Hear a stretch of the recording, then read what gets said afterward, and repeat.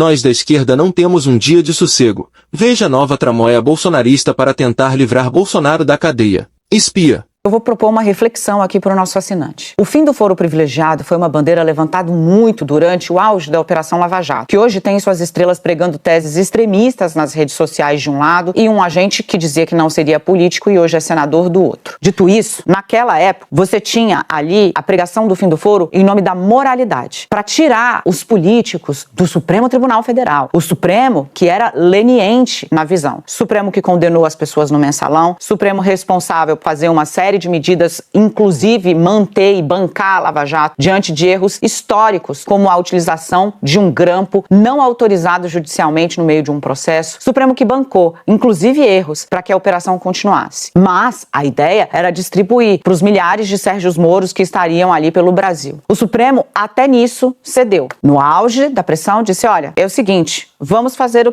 aquela mudança. Crime cometido no exercício do mandato, fica aqui. Crime pós-mandato desce, antes do mandato desce também. Não tem mais foro. O que aconteceu com os políticos que foram julgados ou que foram apontados e que desceram para a primeira instância na Lava Jato? É uma pergunta que eu te faço. Você, eleitor deles, arrependido, não tem problema, pode se arrepender. O que aconteceu? Ninguém sabe. Sabe por que ninguém sabe? Porque localmente há muito mais chance de você controlar a informação. É impossível, por mais que eu queira monitorar todos os tribunais do país. Quando os processos dos agentes públicos mais relevantes estão na Suprema Corte, você vê. Quando eles descem, você não vê. Veja na sua cidade quem são os donos das rádios, quem são os donos dos jornais. São os políticos. Veja. É por isso, que fala-se tanto, nossa, a grande mídia e tal. Nós temos uma capacidade muito maior, inclusive porque robustecidos de uma estrutura rara no Brasil, de monitorar e cobrar, porque eu cobro com retaguarda, inclusive jurídica. Mas os pequenos, nas cidades,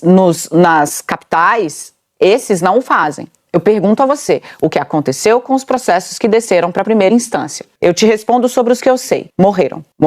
E você nem soube, nem foi convidado para o velório. Antes, o fim do foro era uma ideia moralizante. Agora ela é uma ideia de blindagem mesmo. Porque no Supremo você vê o que acontece. Você cobra, você xinga os 11 ministros que você conhece pelo nome, inclusive. No tribunal da sua cidade.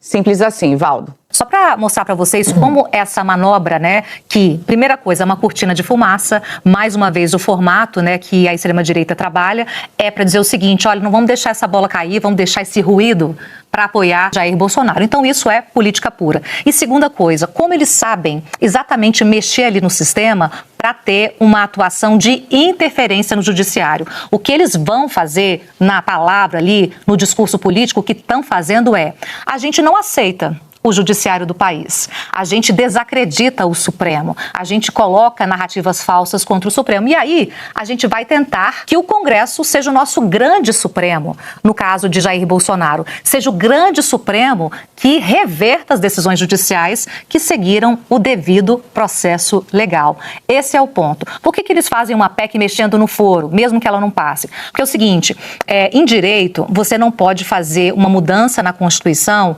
que mexa, por exemplo, com a pena, porque isso prejudica o réu. Porque nesse caso, se você fizer, você só vai conseguir valer aquela medida depois, não vai valer para casos anteriores.